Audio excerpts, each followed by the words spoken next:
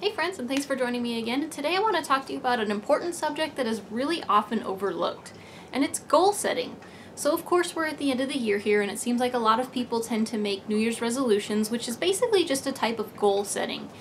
Something that they want to achieve for the next year. A lot of people do them, a lot of people don't. It doesn't really matter if you're doing it this time of year or any time during the year, but goal setting is really an important part of helping you to achieve something that you really want to achieve. And honestly, like I said earlier, I think it's a really important step that a lot of people miss. And honestly, I think the difference between us having something in our heads that we want to achieve and actually achieving it is this step right here. So instead of having it just floating around in our heads, something we would really like to do but then never actually getting to, this is the turning point. In my opinion, it's kind of like if our, I don't know, silly analogy, but if we were like a ship, right, and our lives are moving in a certain direction, at the point where we set a goal and we start working toward it is sort of like turning that rudder. So instead of just going in the direction we were going in, you turn that rudder. Now our ship is going to start moving in the direction of the thing that we really want to achieve, and then we'll actually arrive at that destination. So instead of just having something in our minds that we would like to achieve or have, in our life or whatever, and then just kind of like waiting around and seeing if it ever just falls in our lap, just like a ship just riding around, seeing where it, will end up.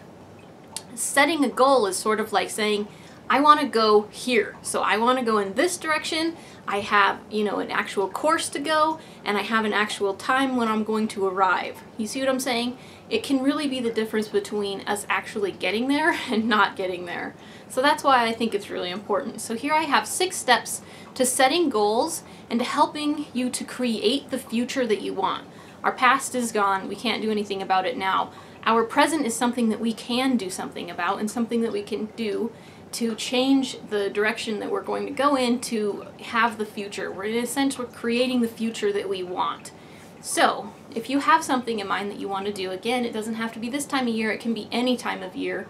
And it doesn't even have to be, the typical New Year's resolutions or things. It can just be any type of goal you want to achieve. So the first thing I would highly recommend is to make sure that your goal that you're setting is something that you actually want, not just something that you think you should want or you feel like other people want for you and so you think you should do it too.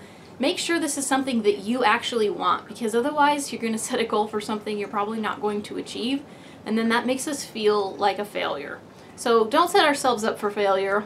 Set yourself up for success by making sure that this goal that you have is something that you genuinely want. And when you have that goal in mind that you actually want, the next step would be to explain on paper, at least in your head, somehow figure out why. Why is it that you actually want to achieve that thing? So let's say, your goal is something in your career. So you want to, advance somehow. Why is it that you want to advance? Well, because you want more money, or because you want to get somewhere where, your schedule's more flexible or something like that. And then you could say, why? Well, I want this because my family needs this. Or, I really want this goal because we really do need our health to improve, or whatever. You know what I'm saying? Defining that want is going to help us make our roadmap to how we're going to get there. And having that why is going to be a huge, helper to help us motivate ourselves to stay on course. Does that make sense? So define what it is you want, make sure it's something that you genuinely want, and define why it is that you're looking for that particular thing. The second step would be to make sure you're choosing something that's achievable. So say you wanted to start an emergency fund. You're tired of life beating you up with all of its unexpected surprises and you want to be more prepared for them. You want to save a little money, have an emergency fund. That's obviously a good goal. So say you want to build up $1,000, but you can only save $10 or $20 per paycheck, and you want to do it in 6 months. Well, the math doesn't compute. It's not going to work out. So make sure that the goal that you're setting is actually achievable. Because just like the first one, if we put together a goal that's not going to be able to be achieved, it's just going to make us feel like a failure when it's not our fault. It's just the goal that we were setting wasn't something that can actually genuinely be achieved. So make sure that it's something that you can actually genuinely do. Does that make sense? Hopefully it does. So step 3 kind of goes along with this. If it's a big goal, break it down. So say you wanted to save $1,000. Well, if you can save $100 a month, you can break it down and say, okay, I need to save $100 a month in order to save $1,000 in 10 months. You see what I'm saying? So you're breaking it down to where it's not like, oh my gosh, this amount of money that I'm trying to save is so overwhelming. How am I ever going to get there? It's actually achievable because you're breaking it down into smaller sections. Some goals are smaller. They can be achieved easily and quickly. You know, you have a goal for the weekend on the amount of stuff you want to get done. Those are obviously good goals too.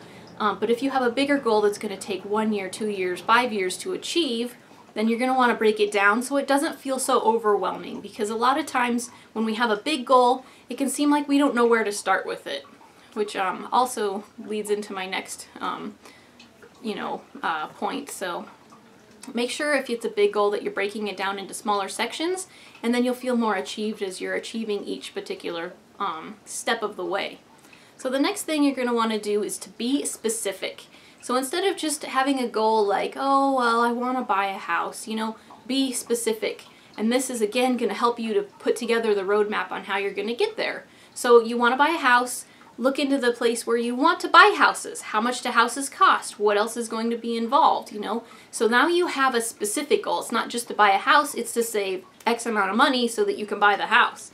And, again, if there's other things to go along with it, if you want to buy a house, or maybe more than just saving for a down payment, maybe you need to improve your credit or whatnot. So now you have specific steps that you need to do and specific amounts that you want to save for a certain amount of time. That way you can arrive to that goal. Does that make sense? So hopefully, you'll be saving along the way. You need this amount of money. That's a lot to save all at once. You're saving chunks, and then in a certain amount of months you're going to have enough saved. Hopefully by then you can have your credit improved. Then when you go to apply for your loan, it's going to go through, and then you can actually have this house. You see what I'm saying? So it's going to help you, like I said in the beginning, to create that future that you want by stepping in that direction right now. It's not like, oh, I want to save for a house, but then not really sure how much you're going to need or what you're going to do for that. And then when you do save and then you realize your credit's bad, you know what I'm saying? You need to be specific on what it is you're looking for. That way you can put together a plan on all the steps that need to take place, and the whole thing will come together more smoothly.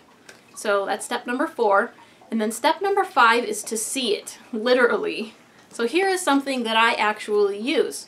This is a little savings goal thermometer style thingamabob.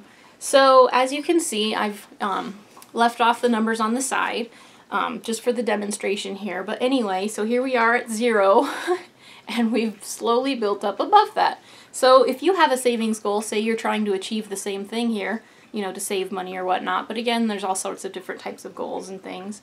You could have little marks, and so each paycheck, when you put away a little money, you could draw to the next line, and then the next paycheck comes along, and then the next paycheck, and so on and so forth. So instead of looking at it and being like, oh my gosh, it took us a year to get to this point, and then all the glass is still only half full, it doesn't look like it's overwhelming to the point where it's never going to be achievable, because look, we did this hard work for a whole year and look what it's achieved. So we're going to get there, and I have a specific time frame it's going to happen in, and we have a specific goal that we're going to do with it. So seeing it can really be helpful. Say you had another type of goal. You wanted to try and be more sustainable on your homestead or something. You wanted to live a more sustainable life. And so you're being specific and you're breaking it down. You want to add a greenhouse, you want to expand your garden space, etc. You're putting together the specifics on what it is, and you're breaking it down. Having something to look at can help make it possible. So, or maybe you wanted to lose weight, So there's different types of ways that you could do this. If you wanted to buy a house, you could just cut out a picture of a house that's similar to what you're looking for and pin it up on the bulletin board near your computer. Or if you wanted to lose weight, pick out a really cute outfit that you wish you could fit into and then stick it, tape it by your bathroom mirror so that every day when you wake up, you look at it and you're like, that's what I'm working toward. You see what I'm saying? So having something that you're actually looking at every day can hugely help motivate you to help stay on track to where it is that you're going. So this sort of thing definitely helps me, because then every time the paychecks come around and we can add to it, then I feel accomplished, like we're actually getting somewhere. We're actually making the white space disappear. So having something to look at definitely helps. So yeah, writing them down, having a plan, all of these things, again, can really help make it to where you're actually getting to where you're going to. So whether or not you're putting together a personal goal, maybe like a physical goal with your health or wellness or nutrition, something with your career, your hobbies, your relationship, whatever. There are so many different types of goals out there. It's important for us to have them, and not just to have them as things we want in our heads, but a roadmap and a plan to get there. And so I hope that these 5 steps have helped you. And then the last one, is very important also, and it's to not let yourself stay discouraged. And notice I didn't say not let yourself be discouraged, because it's going to happen. Things are going to happen.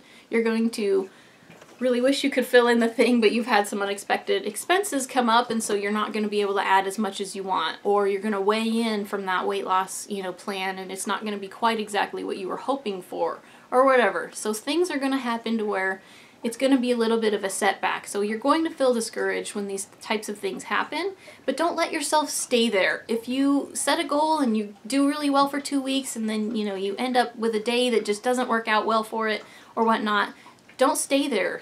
Just continue to try to be as motivated as you can so that you can continue on that path. Just because you got off of it doesn't mean you can't get back and continue heading down it. So, even if you do get discouraged for a short amount of time, just try your best not to stay there, because it really is achievable if you've, set the right goals.